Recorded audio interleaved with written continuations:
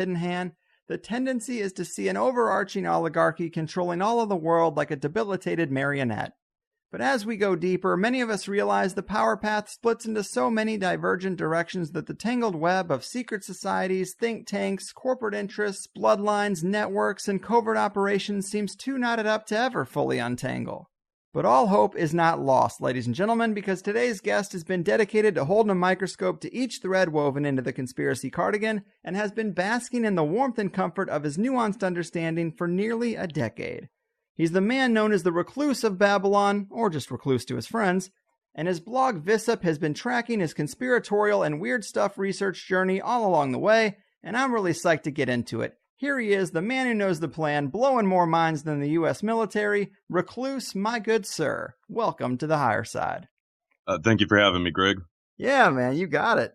I really appreciate you being here. I know it is a little rare for you to do interviews, which makes this all the more sweeter for me. But because this material can get so complex and many researchers have many different takes on the alternative, can you tell us a bit about what got you into these things and break down your overarching perspective and worldview when it comes to these sorts of topics? Well, like a lot of people, I probably started to get into this stuff, at least heavily, kind of during the Bush 2 years. I was kind of brought up, though, in a conspiratorial-oriented family. My father, who was a Green Beret, was quite interested in this kind of stuff. I can actually remember listening to William Cooper with him probably at some point in the early to mid 90s when I was only, maybe 10, 12 years old or something like that. So I've definitely been, around this community for quite a while. And certainly I wouldn't have described my dad as a birch or anything like that, but I would say that he had been around some of those circles in his day before. So I have, I would say, a pretty decent, long-standing view of the community on the whole. And as far as it goes to my approach, I think that probably started to emerge around 2011 or 2012, somewhere thereabouts. And it was really spurred when I first started to look into the Oklahoma City bombing. And as a result of that, kind of looking into a lot of the, white supremacist and neo-Nazi groups that Timothy McVeigh had been associated with. And that really kind of opened up a whole new universe of groups and what have you that you just don't see a lot of conventional conspiracy researchers delve into.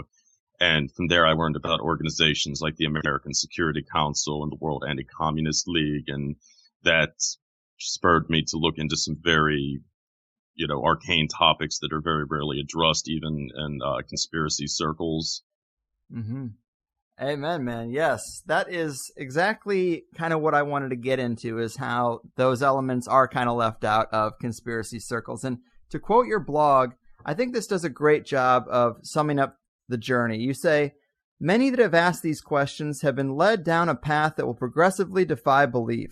First, they learn of international organizations such as the Council on Foreign Relations, the Royal Institute, the Bilderberg Group, the Trilateral Commission, and similar think tanks along the lines of the Royal Society, MIT, SRI, and the Jason Group. And it is here that many rational people hit a wall, for the organizations that stand behind these groups are generally too esoteric for the layman to accept.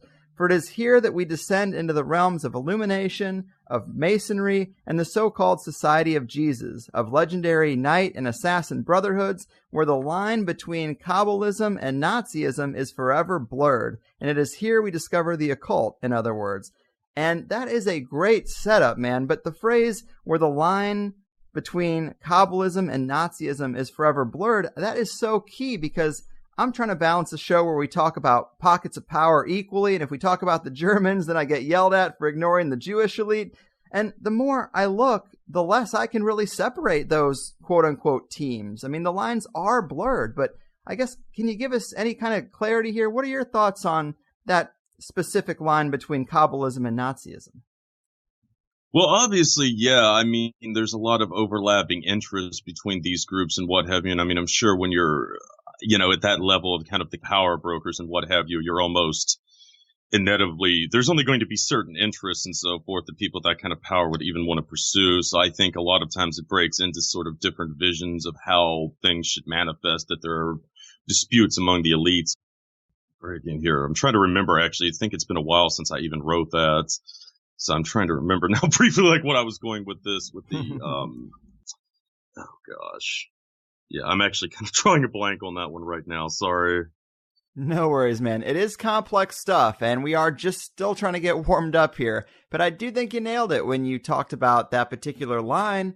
I think at a certain level, that is the division. And you do have guys like Joseph Farrell talking about a fascist faction. I know your guy, Chris Knowles, also talks about this aspect a good amount. Oh, yeah. Jim Mars would obviously be a big one, too. Really, I think Farrell and Mars have probably been the two researchers that have really shaped a lot of the, occult Nazi sort of perspective, and definitely researchers I would say I have some issues with. Fair. So, well, I think in case of Jim Mars, who's one I'm somewhat familiar with, I mean, I definitely think he tends to go a little too far into the Council on Foreign Relations overlord perspective, if you will. I mean, the CFR obviously has a lot of power, no doubt, but it's not the only game in town. And I tend to think in general it's been misrepresented by a lot of researchers as to what its initial objectives were and, how it's kind of developed over the years. Mm-hmm. Obviously, it, was kind of emerged out of the Round Table groups, which had their origins towards the end of the late 19th, early 20th century. And they, in turn, actually seem to have been associated with an even more exclusive sect known as the Pilgrim Society, which you very, very rarely hear addressed. I've even heard Alex Jones, for instance, who's obsessed with this kind of research, has deliberately censored references to the Pilgrim Society.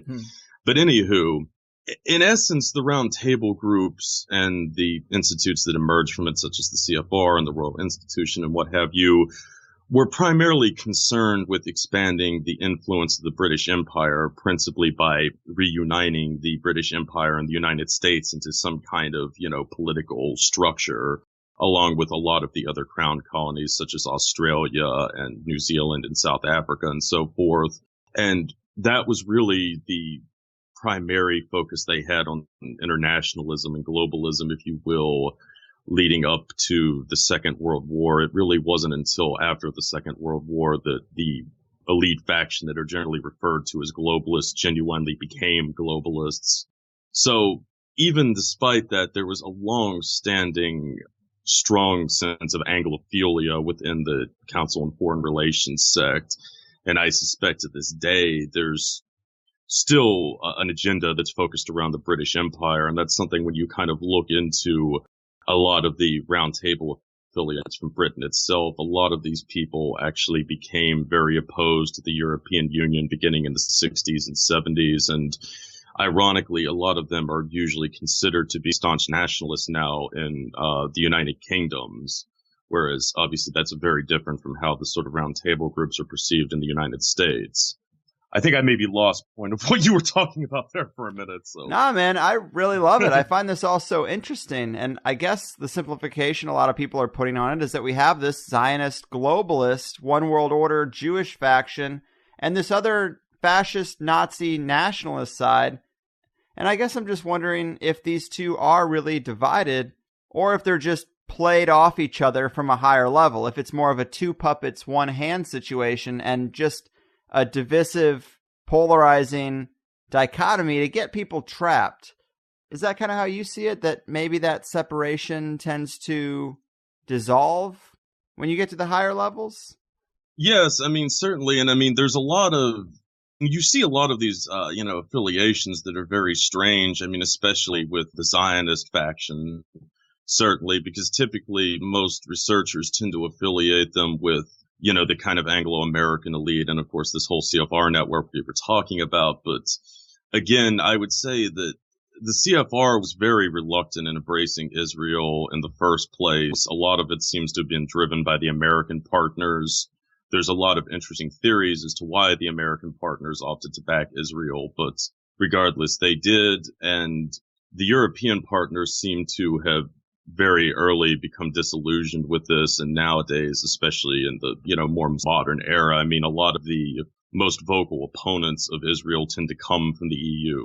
And that tended to create this sort of bizarre situation where increasingly Israel made common cause with the far right, especially, organizations like the World Anti-Communist League, which, were littered with many former Nazis, quote unquote. And, obviously this is a very strange situation, but on the flip side of the coin, Israel was it was a lot of ways, it was a natural alliance for Israel because the WACO also brought together South Africa and Taiwan, two nations who, much like Israel, were essentially apartheid nations. Mm-hmm. So there were these mutual interests there with some of these other affiliates in this group. And yeah, I mean, so it kind of begs the question, are they united in some sort of unified front? Maybe in some levels, the different factions, but there definitely seems to be a situation where in the case of kind of the Europeans elite, there's a perspective that Israel has really become an embarrassment and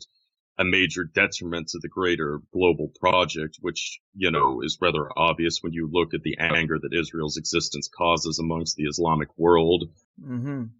So, yes, you have this kind of bizarre situation where increasingly the Jews have had to align more and more with Nazis because their, historic allies in the banking sector now consider them to be a kind of economic liability. Mm-hmm.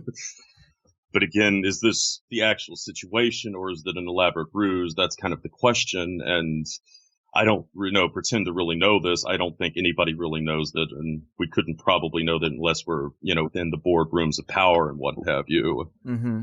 Obviously, it's a very, very murky situation that's probably not as clear cut, I think, as a lot of conspiracy researchers like to get into. Right. And that I do agree with you on, is there's a lot of nuances that get overlooked with these singular narratives. And I try to avoid that as much as I can, but at the same time, you try to seek some kind of clarity, and that kind of makes those singular narratives more attractive. But one series you have that I really love is a 9-part and counting one that you have called Fringe, The Strange and Terrible History of the Far Right and High Weirdness. Because as I've been talking to guys like Chris Knowles and Gordon White and Joseph Farrell, I have really started to notice this nexus of far-right fascists and how intertwined they are with the majority of UFO stories and ET whistleblowers, MKUltra and Artichoke, and these deep state torture and abuse projects, corporations like IG Farben and Merck, eugenics campaigns, and this crossroads between the occult and cutting-edge technology. And this fascist side of the coin seems to be stepping further out from behind the curtain these days. But what can you tell us about this curious connection between the far right and what we could broadly call high weirdness or occult magic? I mean, how far back can you take this? Well, I mean, it definitely seems to have gone back to at least the post-war era when you had, a lot of the UFO counters, the first wave of modern UFO counters, I should say, that broke out in that period. And in the case of Roswell, which is one of the, obviously the major incidences of this kind of mythos, a lot of the generals associated with Roswell and the material would later end up being connected to the American Security Council, which was for many years the kind of pinnacle outpost of the far right in the United States. And it was also a vast intelligence network as well. Originally, it was designed to basically engage in blacklisting. It kept thousands, probably tens of thousands of records on American workers and their political views and what have you. And then later on, it became involved in just a host of incredible things, drug trafficking, supporting a lot of the Contras, the Mujahideen in Afghanistan. Well, anyway, with the ASC, they originally kind of became an intelligence organization in the early years to focus on blacklisting, basically chronicling the political beliefs of American workers and what have you, so that corporations could essentially discriminate against individuals of liberal persuasion. And then from there, they got into a host of major deep state activities. They've been linked to drug trafficking and arms trafficking, a lot of international terrorism, especially in the 80s with Contra networks and the Mujahideen in Afghanistan and what have you. But from the very beginning, there were just a lot of individuals in this, network that had these keen interests in UFOs and other kinds of arcane topics. A lot of the generals had been involved in Roswell. This would include Nathan Twining, who's also widely listed as a Majestic 12 member, Curtis LeMay, Bombs Away LeMay, who was probably Kubrick's inspiration for the character of General Jack D. Ripper in Dr. Strangelove. LeMay was pretty crazy, to put it mildly. Thomas Powers, I mean, some of these other generals in there. And then you had some other curious figures that became involved with the ASC pretty early in the game, like Stefan Pozny, I believe that's how that name is pronounced. I could very well be butchering it, though, as I'm very bad at pronunciations. But Pozny originally had promoted a lot of nationalist movements in first Austria and then later a few other European countries before the Nazis drove him to the United States. He was an absolutely fanatical proponent of eugenics and had tried to incorporate some of this into the U.S. Air Force after he ended up here.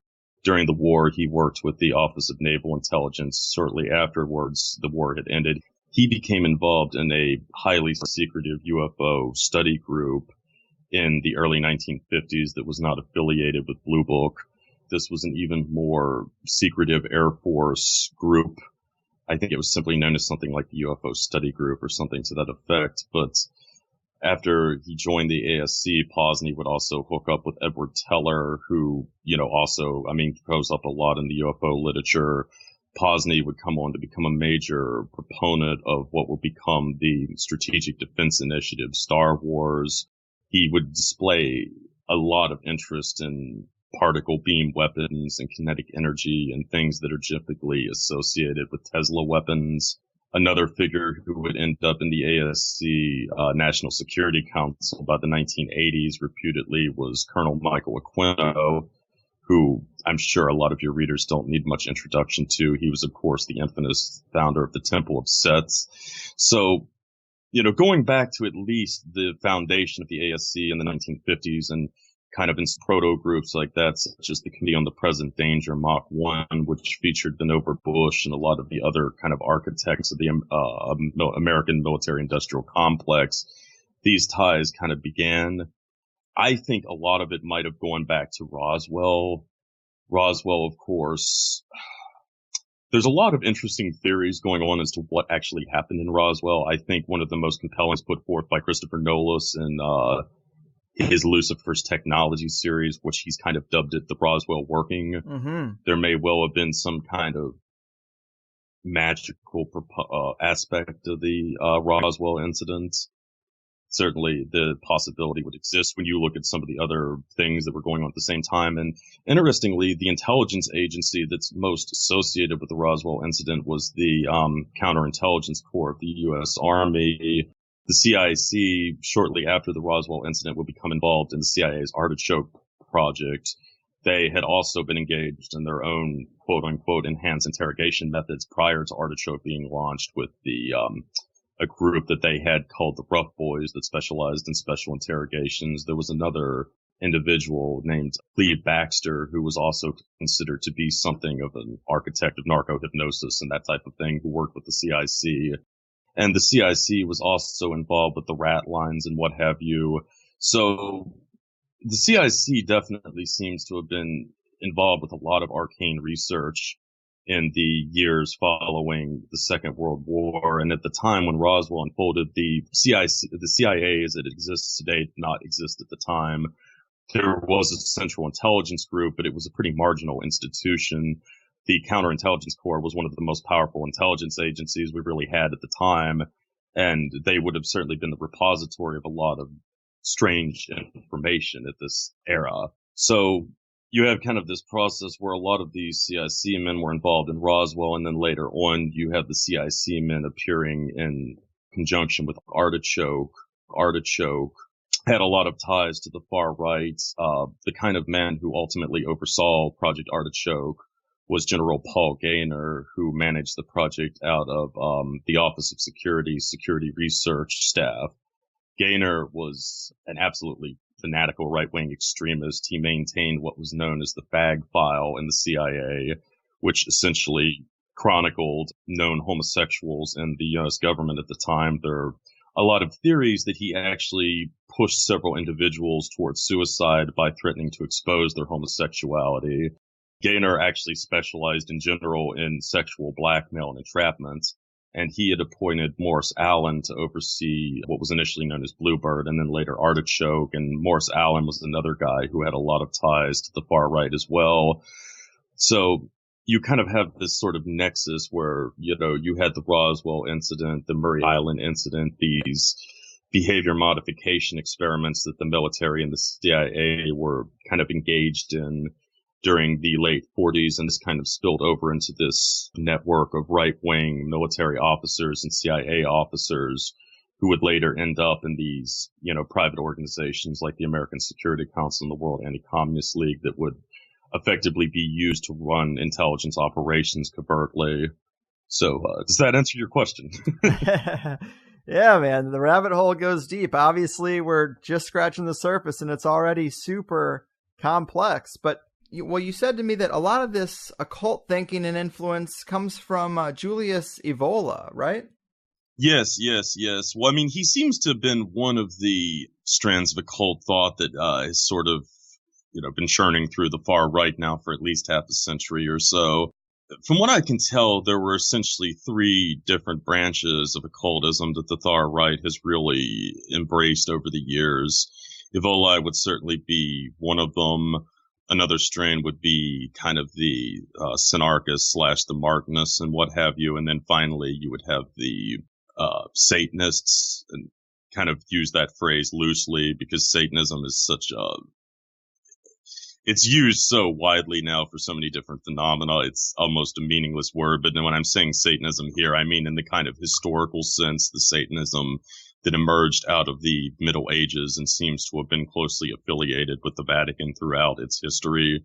So do you put Blavatsky and the Theosophy Society in any of those categories? Not exactly. I mean, Blavatsky and the Theosophy Society would sort of be a kind of proto-influence to a lot of these strains. Obviously, Blavatsky had a very strong influence on Martinism and Synarchy.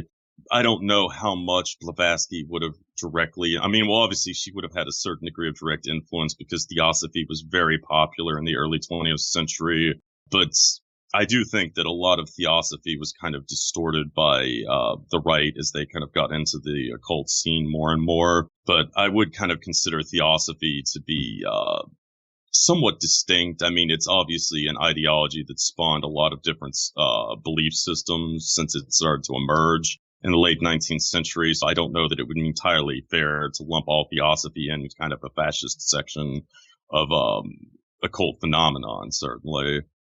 Well, to focus on Julius Evola, from what you said to me, it seems like you think that you have a theory that Evola is where Landing got the concept for the Black Sun that appeared in his Thule novels. And that, of course, is a major chunk of influence, but that's a source that I don't think a lot of people would be familiar with.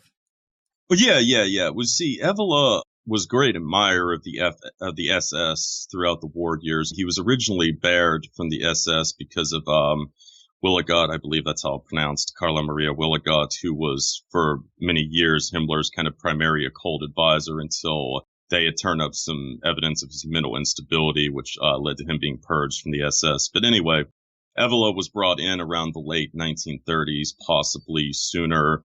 Towards the end of the war, Evola was actually stationed in Salzburg, and this was the same city that Landig had ended up stationed in. And at the time, both men were working for the SD, which was the intelligence division of the SS. So they're basically in the same city working for the same division of the SS at the time. And there's a lot of mystery surrounding what exactly Evola was even doing for the SS then. He claimed that he had been writing a book that was a history of secret societies, the material of which was later lost to the Russians, apparently. And some people, such as Kevin Guggen, have theorized that Evola was in fact trying to develop a mythology for Nazi Germany after the war was over with. By this time, they generally felt that it was inevitable that they were going to lose, so they were already setting up the kind of post-war network for Nazism to survive, which of course plays into the rat lines and all this other stuff.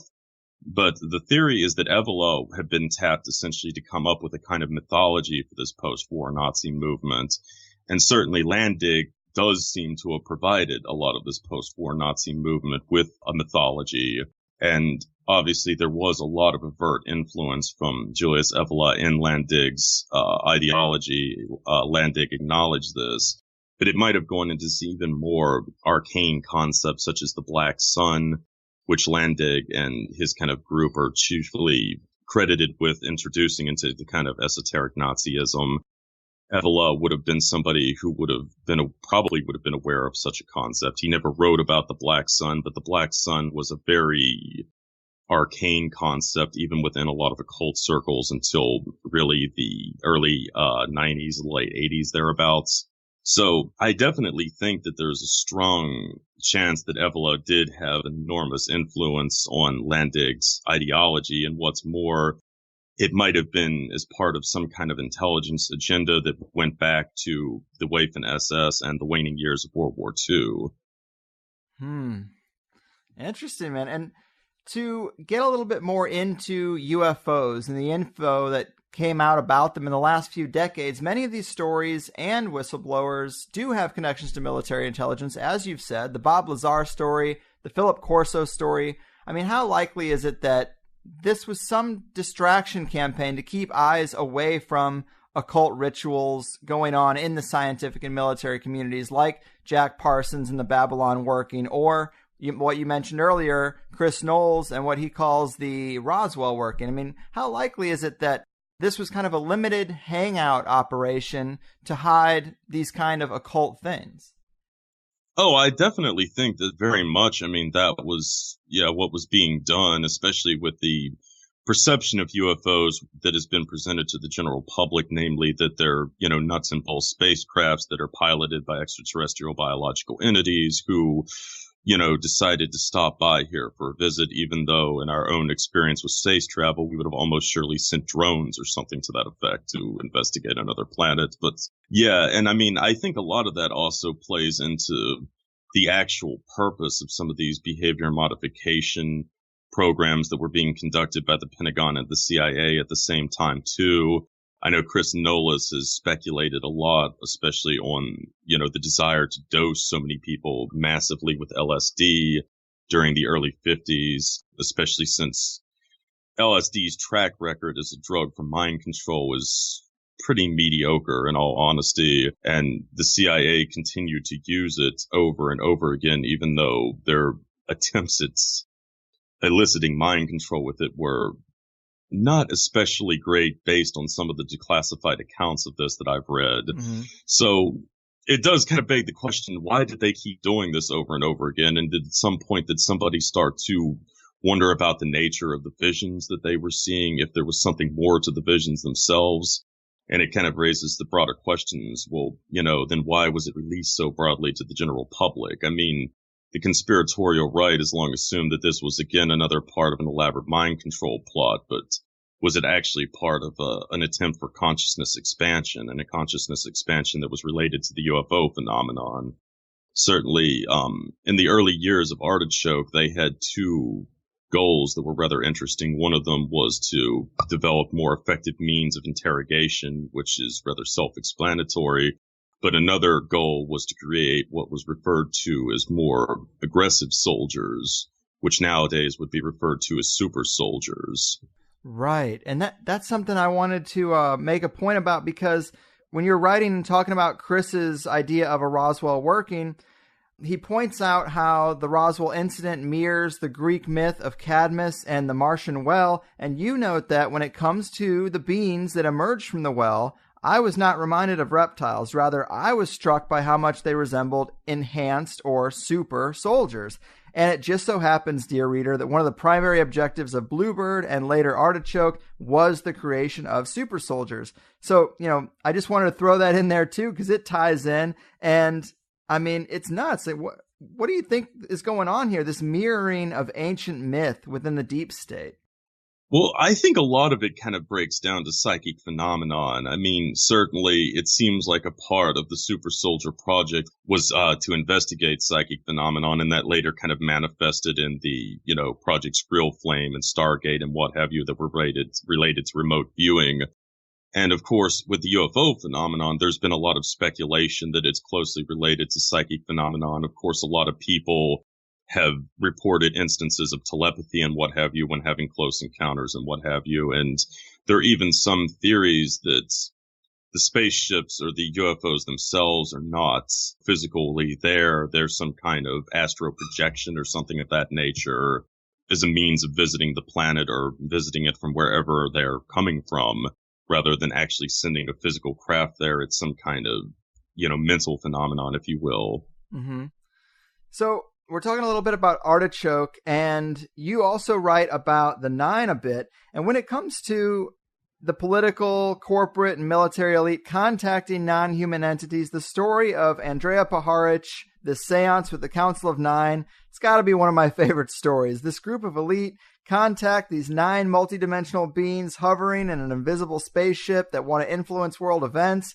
We've talked about the basics of the story with Peter Levenda and Gordon White, but you say that from your study, the ties between the Nine and the Office of Security and Project Artichoke are grossly underreported. So what can you tell us about that and why it might be important? Well, yeah, again, the Office of Security was, of course, the agency that had overseen Artichoke. It was not the TSS, as is commonly claimed. And another thing I should probably make a point here that, is very rarely mentioned, but Artichoke was not rolled into MK Ultra. Artichoke continued to function after MK Ultra was initiated and appears to have continued to at least the early 60s. Probably was finally wrapped up around the same time that MK Ultra was wrapping up in 1963. And then on top of that, Puharich has long been believed to have been involved in MK Ultra, and he does seem to have had some kind of ties to it. But as both H.P. Albarelia's Terrible Mistake and oh gosh, I can't remember the name of the other book right now, but it's on the stage magician John Mulholland. It also makes clear from recovered Freedom of Information Act documents that Puharich actually was involved with Artichoke and not MK Ultra. And in point of fact, the MK Ultra crew seems to have had some real reluctancy towards Puharich's theories. And that also raises some interesting possibilities there. Puharich, when he began with psychic research and what have you, he did it with the Round Table Group. And the Round Table Group certainly brought together an interesting cross-section of kind of Eastern establishment elites and military intelligence officers.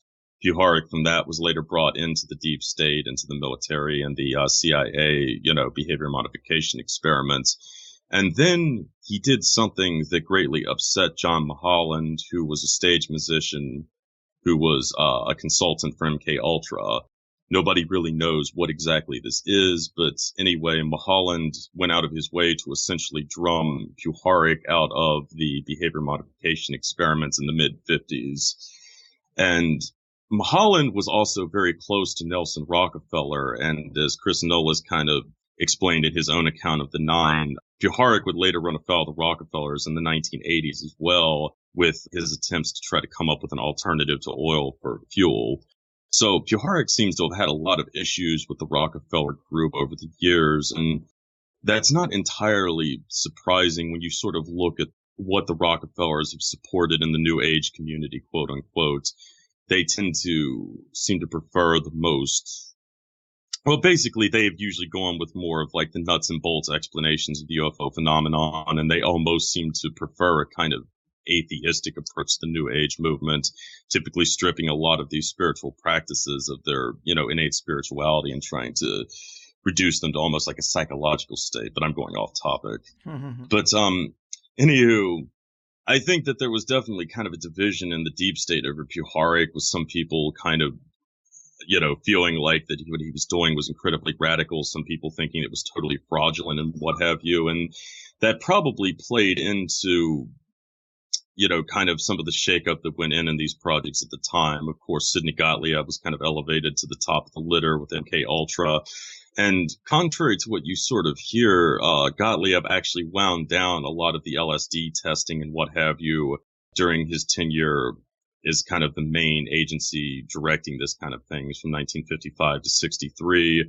And while he did investigate some degree of psychic phenomena and what have you, it was not nearly to the extent that Artichoke did.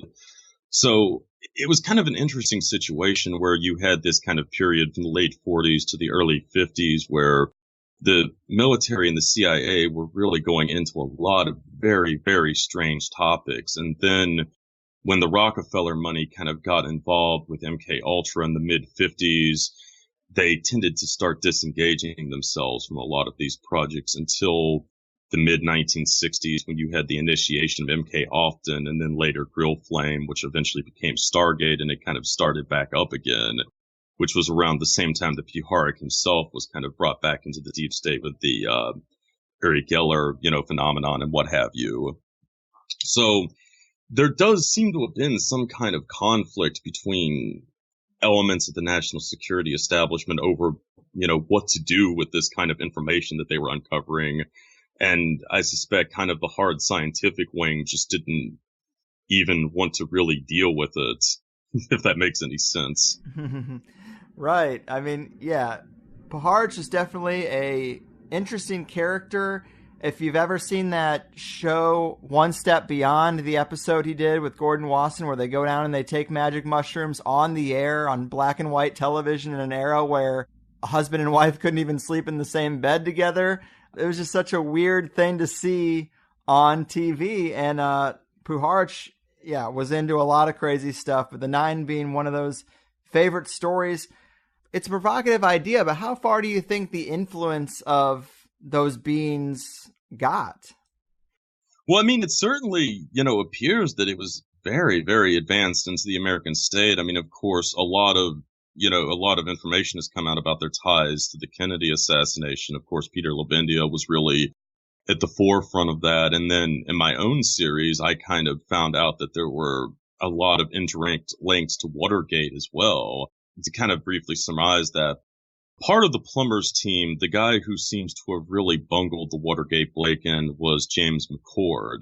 And James McCord was himself a veteran of the Office of Security. He had worked for Gaynor and Morris Allen going back to the 1940s when McCord was in the FBI. And McCord, I don't know if he was involved in Artichoke, but there's a strong possibility that he was in some capacity. He appears to have been the agent the Office of Security dispatched to investigate and or cover up Frank Olson's death, depending upon, what you choose to believe in that matter.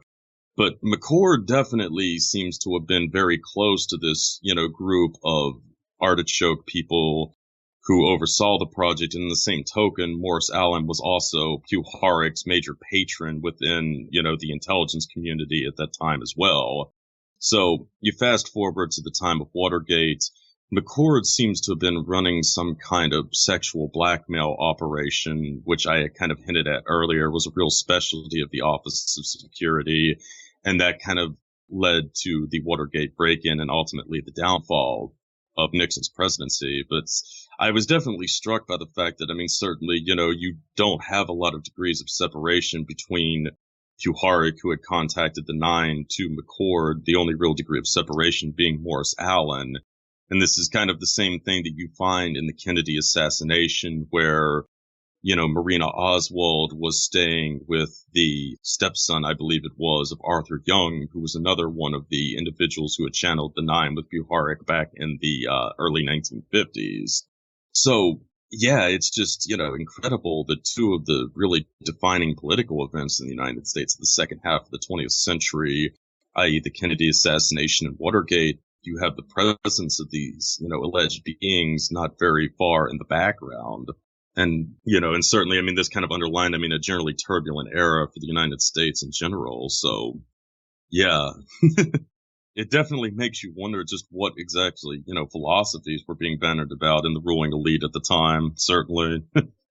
And, I also like when you talk about the idea that everybody knows MK Ultra, but they don't know these other things like Project Bluebird, Project Artichoke, MK Often. And it does seem like it was a situation where they took all these deep state projects going on at the time, and they just, as soon as MK Ultra was exposed, they just tossed it all under that umbrella and let it be the scapegoat and said, oh, this is all over. And it was all just this one program, and that's it. And I think that might be the way they covered their tracks for a lot of this stuff.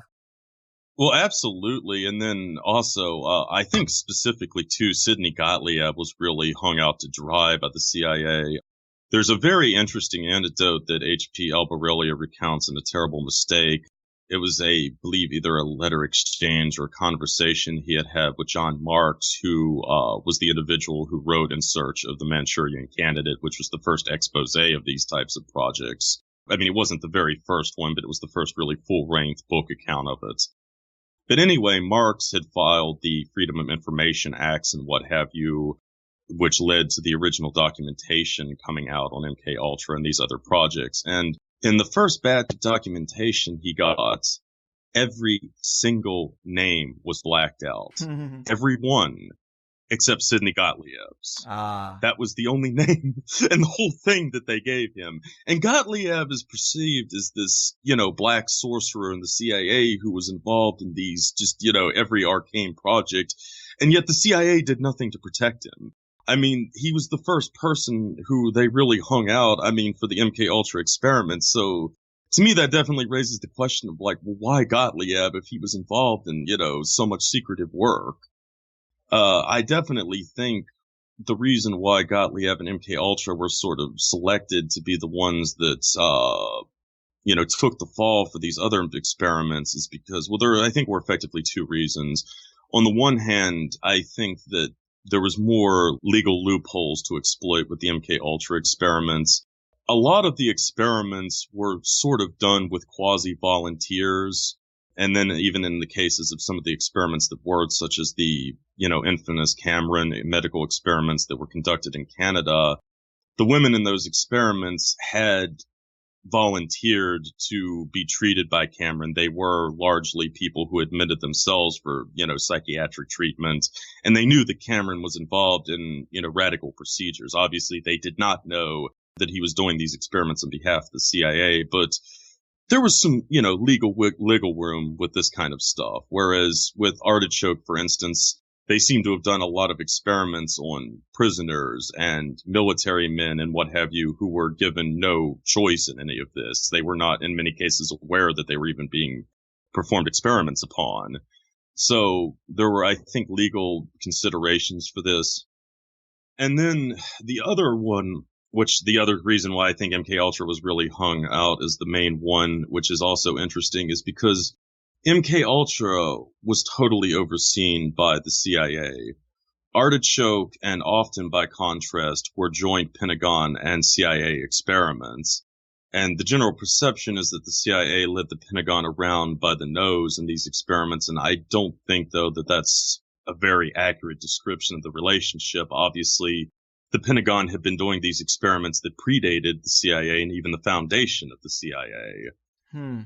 So I think certainly in reviewing MK Ultra, there was also an attempt to try to cover up the, extent that the Pentagon had also been involved in this type of research. And you also mentioned on your blog that Gottlieb was Jewish. Do you think that has any real significance in him being thrown under the bus? Yeah.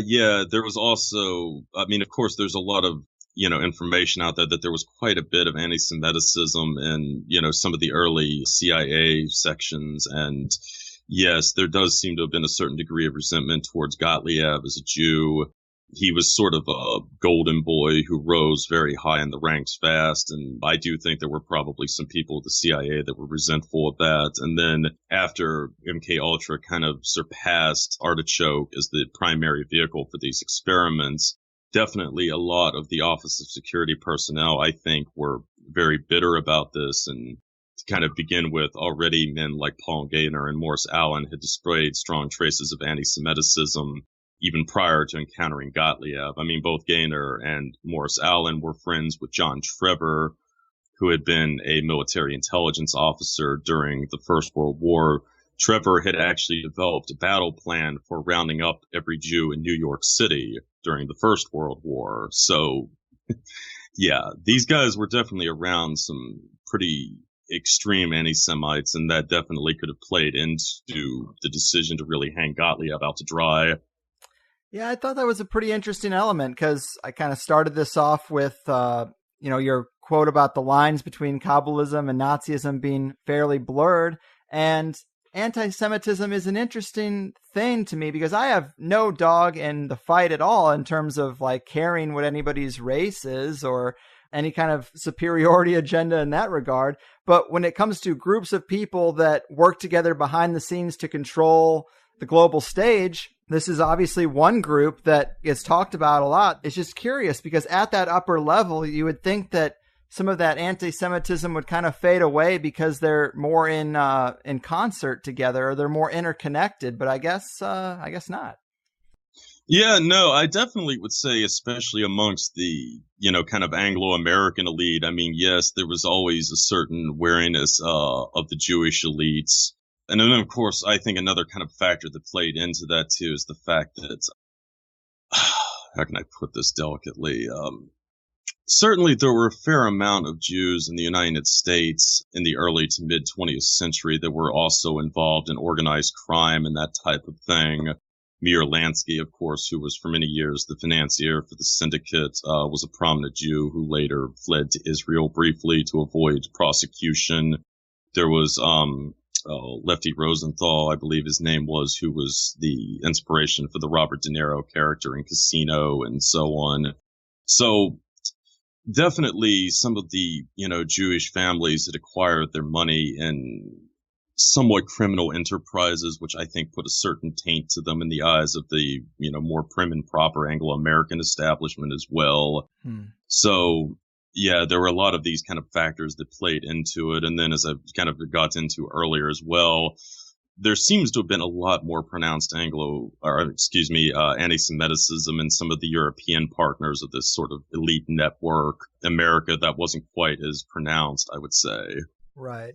I try to think of it as like, and within these high-level networks, I kind of think of it as a Game of Thrones where imagine you just discover someone is a bonesman. You might be a little more skeptical because you're going to think, oh, well, this person's going to have an allegiance to their group within the group before anything else. And if you're not part of that group, you're going to maybe be a little paranoid that they're ready to stab you in the back. So I kind of try to think of the Jewish elite in the same way, is that they're definitely working with Germans and fascists and Nazis, but maybe all these groups are kind of looking at what smaller groups, wheels within wheels that these people are part of and saying, well, I know that's your true allegiance, so you might be smiling at me out of one corner of your mouth with a knife behind your back. I don't know. I kind of try to think of it, maybe that's the source of anti-Semitism amongst that level. If we had a similar word like anti-bonesman, you might see the same type of sentiment. There just isn't really a term to describe that type of prejudice. Well, yeah, I think to some extent, and I mean, in the case of the Jewish elites, I mean, I definitely think that, as a people, the Jews are definitely much more cliquish, shall we say, than certain other groups. And again, I think in a lot of ways that's totally understandable when you look at the history that they've endured. And that may also be a kind of in the minds of other elites as well. Well, are Jews really going to turn on other Jews when you sort of look at the shared historic experiences of persecution that they have for centuries? And so, yeah, I mean, I think there's definitely a lot of factors that play into, where people's allegiances ultimately lie. Mm-hmm. Yeah, and those things are going to reinforce themselves too. Like persecution is going to happen because you notice the clickiness, and then increased clickiness is going to happen because you notice the persecution. So it really is like a back and forth chicken and egg kind of thing that reinforces itself, I guess, all throughout history. Yes, definitely. Well, okay, so if most of these programs were an exploration of consciousness, mind control, psychedelics, potentially the opening of other realms and magic and contacting disembodied Egyptian gods, by the time we hit the 70s, 80s, 90s, the trail sort of runs dry with the exception of the disinfo campaigns around ufology. But what can be said about these programs themselves or the continuing of this occult exploration in more recent decades? Well, I definitely think a lot of it went into the deep privates. Definitely this seems to have been the case. The pace of it, I think, really stepped up, especially in the 1980s after the, Iran-Contra exposés and what have you. Really, the trail of a lot of this stuff kind of starts to go cold after then. But it seems like a lot of it was picked up by Robert Bigelow, the kind of Nevada real estate mogul who eventually got into private space flight. That's at least the kind of public perception. But I mean, Bigelow has also spent a lot of money promoting UFOlogy in various forms, and he's gotten into some very arcane research, such as the Skinwalker Ranch. It's been, what he did is, from as far as I can tell, he did own the Skinwalker Ranch for many years. Bigelow might have finally de-invested himself from it for the last 2 or 3 or something to that effect. But certainly they do seem to have done some serious investigations there. There were some heavy hitters that were linked to it, such as Colonel John Alexander. And that, I think, is one instance of going into the 90s where you can kind of see how these projects, continued. As I mean, with the Skinwalker Ranch, well, there are some theories that this might have been a gateway into another dimension or something to that effect. It's also kind of interesting where we're going with this. Bigelow, of course, came out as a major backer of Trump. Well, I shouldn't say major, but he did some support to Trump in the lead up to the 2016 election, as did Elon Musk, who is the other major backer for private space flight and that type of thing. So, yeah, I mean, I definitely think there's some interesting developments that be coming from that, especially since in general, Trump, seems like he's very close to some of these private intelligence networks. Certainly, I mean, he's had a lot of advice from Eric Prince, the founder of Blackwater. There are, of course, rumors circulating that he was trying to get, I can't remember the guy's name, but the CEO of Cerebus, which owns DynCorp, to review the U.S. intelligence community. So I definitely think that a lot of it has continued in the deep private, and under Trump, we may well see this really going into overdrive with some of the backers that he had coming into the White House. Oh, yeah, man. And I did want to talk to you a little bit about Trump, because you've written about him recently and the back and forth going on in the current political circus. And so when it comes to the idea of a division among the elite, it really has been a popular thing this whole election cycle right up to today. We had so much alternative media support for Trump that Alex Jones and shows like Red Ice are in support of the president, which is totally backwards than it's always been. And I was happy to see Clinton defeated, but I'm skeptical about anyone that they, quote unquote, let become president. And that said, the nonstop media attacks and the constant pressure has shown them picking apart the administration to some degree. And now, just a couple months in, we got the airstrikes in Syria, the Moab drop in Afghanistan. It seems like this let's stay home and put America first attitude has flipped to full-blown globalism. What's going on here? Are we dealing with real coups and counter coups and infighting, or is this just another case of simulated opposition? Well, it's definitely difficult to say at this point still, I think. In my opinion, the real cusp of the dispute over elements of the deep state and what have you with Trump really had to deal with a question of theaters, I guess. Essentially, the Hillary backers seem to have preferred to continue the pressure on Russia, which has been building, obviously, throughout Barack Obama's administration, whereas it seems like some of the hawks who backed Trump were much more concerned with the rise of China. So, kind of going into present events that are unfolding right now, initially Trump kind of surprised everyone by launching these airstrikes on Syria, but conversely, he did them literally at the same time he was having dinner with the president of China. And ever since this particular incident unfolded, you've seen some major reversals coming out of China. Of course, they've, started to step up pressure on North Korea. But I mean, also they've tentatively talked about doing some big economic concessions to the United States in terms of lifting restrictions on the selling of U.S. beef there, on trying to buy more U.S. products, and probably most interestingly, opening up their securities and insurance companies to ownership by foreign individuals. So I definitely think there's still kind of an ongoing dispute unfolding within, these different factions of the deep state over what poses the greater threat to Pax Americana, whether it's Russia, whether it's China. Certainly the Hillary backers were in the Russia camp, and that would be kind of consistent with the kind of historic Eastern establishment who has long been obsessed with Europe. They kind of consider it to be the backbone of American global power, whereas conversely, I think there are other groups that are far more interested in Asia at this point. They largely see Europe as kind of a wasteland and the future basically unfolding in the Far East, which, with the rise of China's economy, probably isn't a bad assumption. Right on. And I also wanted to talk to you about Jared Kushner, because you've written about him, and he does kind of make this idea of coups and counter coups seem like it's really one big family and less about competing factions, because he is Trump's son-in-law. He's considered a major force behind the campaign. He bought 666 Fifth Avenue across from Rockefeller Plaza. His startup company was funded by George Soros. And you refer to him as the chief liaison between the Trump people and the Jewish elite. I mean, what else can be said about him and his role in this thing? Well, yeah, that really seems to have been, his major purpose. I mean, I believe Kushner played a big role in getting Trump some financial backing from Sheldon Adelson. I believe his name is the, casino mogul and what have you. So, yeah, and I mean, I think that probably plays into Trump's kind of seeming reverse course on Syria. My understanding is that, Israel is obsessed with overthrowing Iran's current government. And, obviously part of that campaign would be destabilizing Syria.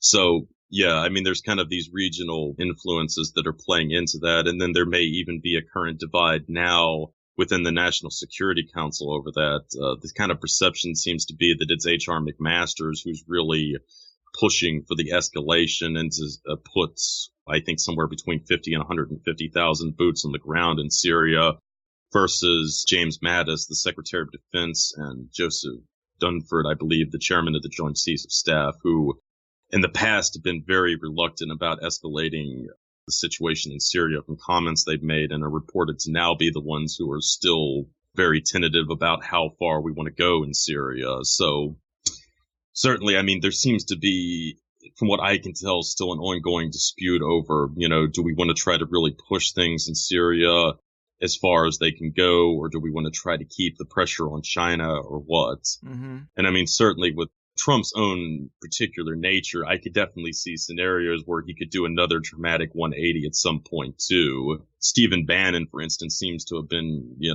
on the outs in the administration. But again, with just the way things have played out, it could be in a few months Kushner might be the one on the outside looking in. So yeah, I guess we are in the middle of the story, so you can't draw too many conclusions about it. But you do bring up the idea of Trump and his back and forth on who he's taking his cues from. And you bring up the idea of a possible blackmail situation, which is something that's come up before. Earlier, you mentioned sexual blackmail. That's very much a theme today. Pedophilia among the elite is a pretty hot topic, even in mainstream circles, even if they're just calling it fake news. But at least it's out there. I mean, the terms are being talked about. I think that has an effect. But what are your thoughts on blackmail actually playing into the strings that are being pulled behind the Trump administration?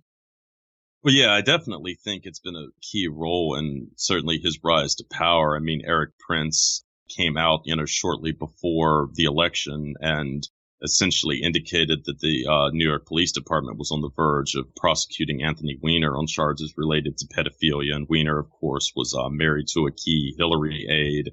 That probably played a factor in her, ultimate loss of the election. And then more recently, you kind of have the mayor of Seattle who was suddenly implicated in, molestation of several kids several years ago, who has been a major opponent of Trump and his policies and immigration. But then again, I also think there's a possibility that Trump himself might be implicated in this. Of course, there's allegations that he also took trips to Epstein Island, where I believe the legal age of consent was 12 or something to that effect. Bill Clinton, of course, was linked to this, and that was a big issue in the campaign. So, yeah, I could definitely see, somebody having something on Trump as well. Certainly, Trump comes off as an individual who's been engaged in a certain degree of sexual decadence throughout his life. So, yeah. And then, of course, you get back into some of his sort of deep state mentor was most likely Roy Cohn, who had started out as a attorney for McCartney during the 1950s. And there have been allegations going around for years that Cohn was also involved in running sexual blackmail rings, possibly involving children for the CIA. So Trump might have been, initiated into this world going as far back as possibly the 1970s. Wow, man. Well, we have covered a hell of a lot of ground. Is there anything else on the horizon or anything that you're seeing or paying particular attention to down the line that we should address before we start wrapping it up? Really, at this point, I'm just hoping we don't get into a third world war in the coming, months. Amen. Yeah, it's it's definitely all we can do is kind of sit on the sidelines and wait and see what they got in store. But I'm hoping so too. Yeah, there's no need for that. Yeah. Although Well, I whenever mean, there's from our point of sorry to say, but whenever there's whispers of economic trouble, you know that a giant, massive military conflict is right around the corner. Well, yeah, and I mean, well, not just that too, but I mean, I also just think the fact that credibility in public institutions has just collapsed so much, not just in the United States, but in Europe and so many other areas of the world right now. I mean, the public does not trust, politicians. They don't trust the press. There's hardly anybody left that they do trust. So I think that's another kind of driving factor for a major war with the elite, or another factor that's driving the elites towards a major war right now is they need something that's going to reestablish authority in the state or something to that effect. Because, I mean, right now there's just so much public discontent with the way things are. And I think there is a realization that if it continues in the current path, sooner or later, somebody is going to get elected or come to some kind of power that's not going to be another Trump that can be, easily manipulated by the powers that be. So I definitely think the push to a war is also to try to preempt, some kind of genuine political change that may occur down the line. So, I mean, certainly my major hope is that we can avoid a major war at this point so that we can get to the possibility where a real chance of change does present itself. Very well said, man. So, yeah, I'm right there with you. Let's hope that doesn't happen. Let's keep our guard up and keep our eyes open for just this kind of manipulation. But that pretty much does it for us. Recluse, I do love the work you're doing. I'm so glad Chris Knowles turned me onto your blog. It's very much in the same vein as his. Great stuff. Before I really cut you loose, tell the people a little bit more about it if they want to get more into these things. Well, like I said, you can find my website at visupview.com. That's VISUP view VIEW.com, or excuse me, .blogspot.com. Essentially, yeah, I chronicle a lot of deep political intrigues, a lot of, arcane topics. I also do some pop culture oriented things on music and movies and that type of stuff, but not as much in the last year. So, yeah, I guess if you've enjoyed the webcast, if you also enjoy some other things that you see on the Secret Sun or Rune Soup, you may be interested in my blog. Certainly, I would consider Mr. Knowles and Mr. White to be enormous influences on my work. I also actually would like to take this moment, too, to give a big thank you to Chris Knowles for promoting my website among his readers and what have you. Obviously, turning you onto my website and what have you. It definitely means a lot to me. I have a great degree of respect for the work that Chris Knowles has done over the last decade or so. And, it's very gratifying that he seems to enjoy the work that I'm doing. Yeah, man. I even saw Peter Levenda himself commented on a couple of your posts that involved his work. That's something cool. Yeah, no, I've had some contact with Levenda. I've had some contact with HP Albarelia. Usually I talk to Albarelia in email exchanges and what have you, so that's definitely been exciting to have some contact with some of the researchers that really inspired my work. It's been very gratifying and probably one of the most rewarding aspects of doing the blog. Amen, man. I hear you. I feel like I'm talking to people every week that I'm not qualified to be talking to, but it's a beautiful thing. And right on, I had a great time talking to you. Thanks again. Keep fighting the good fight, my man. Thanks a lot for having me on. You got it. And boom goes the dynamite, dear listeners. Recluse of Babylon. Drop in knowledge. And I do have to apologize for the audio quality a little bit. I know we had connection problems with the internet that would just screw up like one word out of every other sentence, and then it would go away for a while. And there are parts that I had to stitch together to sound more fluid, and there are parts that sound like bad edits, but I actually didn't touch anything. So a little subpar on the audio quality, but when it's like that, it's hard to keep interrupting a person's flow. And I just tend to think, oh, I'm going to fix it later. And then I go back and it bothers me more than I thought it would. But it is what it is. Serenity now, right? Recluse does know what he's talking about, though, in terms of content and mapping out all these connections. I feel like he's got to have one of the most elaborate detective show corkboards up in his head. It's pretty impressive. And being a guy who doesn't do many interviews, especially a lengthy one like these here Higherside Chats, I think he did a great job. This really is just one of my attempts to find some new voices that still mesh with this nexus of the occult and the deep state, and I don't want to just go over the same stories, so I try to find people who have looked at different aspects or highlight different details of that stuff that I like about Gordon White and Chris Knowles. And yeah, Recluse was pretty committed to Chris Knowles, but I've always said Knowles, and I never really thought anything about it, but now he's got me second-guessing myself. But anyway, it's just one of my big curiosities is that in the conspiracy world, we hear the buzzword Kabbalah. We hear about old Jewish magic. And yes, that is there, but it's the Bush family doing the skull and bones stuff. It's the Nazis who are the most open about the occult in anyone alive today's lifetime. And it's German petrochemical companies that are at the heart of a lot of today's problems. So I don't know. If someone was really going to try and say that my show hides the Jewish agenda, I mean, that might be fair because it has been a long time since we did a Jews Run the World show, mainly just because I think that stuff is outdated to a degree or maybe only applies to banking circles. Not that it's wrong, but I think that people in that camp have blinders on to other things like this really easy to track, largely German, Prussian, nationalist, fascist faction. Like Henry Ford, for example, who worked heavily with the Rockefellers and the oil barons who spawned the assembly line and helped craft an education system that reduced people to believing that being a screw turner is a fulfilling life. He wrote a book called The International Jew, and I bought it because I want to understand this weird element of the situation among the elites. And it's everything you might expect. How Jews use power, Jewish supremacy in cinema, Jewish usury, the Jew world order, perpetual victimhood. And I just find it interesting coming from him because he's a real dick.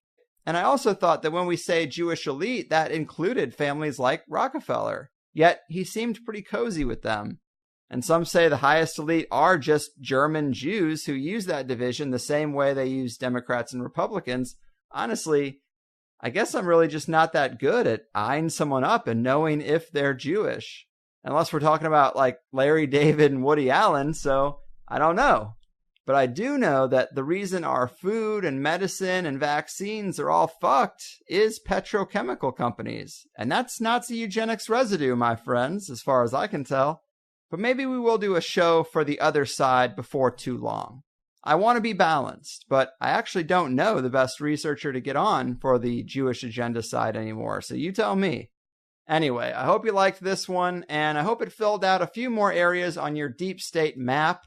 I think Recluse is right about the distrust being so high right now that they're going to want a distraction event. We've seen it before. And we recorded the show just before Comey was fired from the FBI. That's why you didn't hear it mentioned. But I'm sure this saga also has the administration looking for a bigger tragedy than their shady operation. So be awake. Be ready. You do not know the hour when World War III is coming. And if you like the first hour here, of course, there's always a second. If you sign up for THC Plus, it's $5 a month for 5 extra hours and lifetime access to the forums. There are 3-month, 6-month, full year options, recurring, non-recurring, check, money order, Bitcoin, whatever. I want to make it easy, so get on the ride. In this second hour, we talked about the impact of China's decision to open up their securities and insurance companies to foreign ownership, how Recluse balances the positive personal experiences with psychedelics with the knowledge of deep state connections around the psychedelic movement, and that the introspection facilitated by these compounds probably didn't line up all that well with deep state agendas. I really liked that part. We talked about how Recluse takes issue with the trend of conspiracy researchers focusing on the distribution of entheogens rather than opioids, considering how much more damaging they are, as these opioids are the ones that are synthesized and pushed by Big Pharma. We got into the strange history of events along the 33rd parallel and how that relates to the idea of a Faustian pact or the potential for some type of spirit bargaining by elements of the American machine, the true nature of the elite and entity connection. Are they in conscious contact or infected by a parasitic mind virus? Why it's interesting that William Shockley specifically would be chosen as the inventor of the transistor if it was in fact a ruse to hide a more occult origin.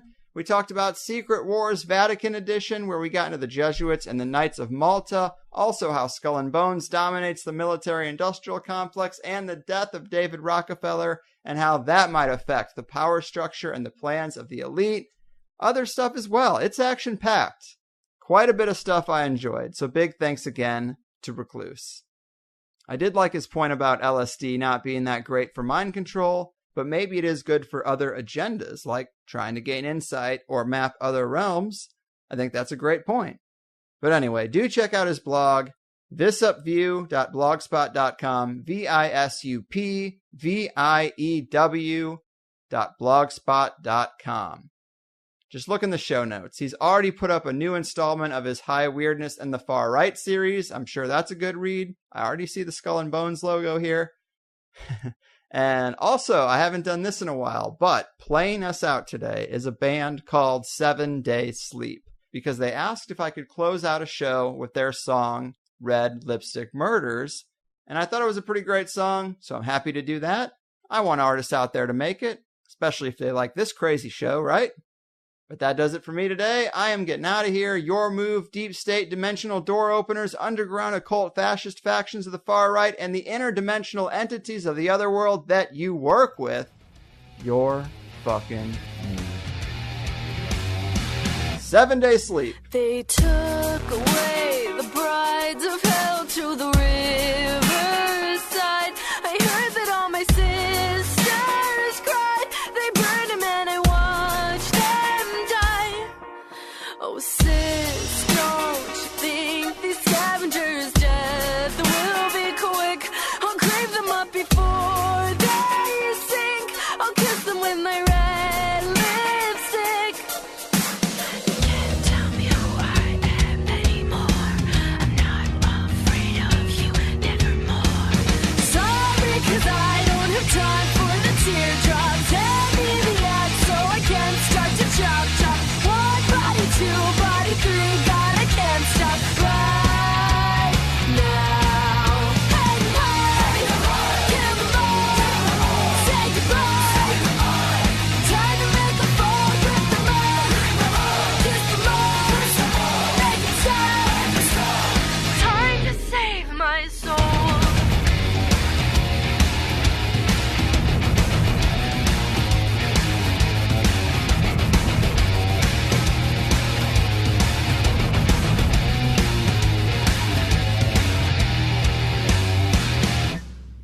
They dragged up the bodies from the bottom of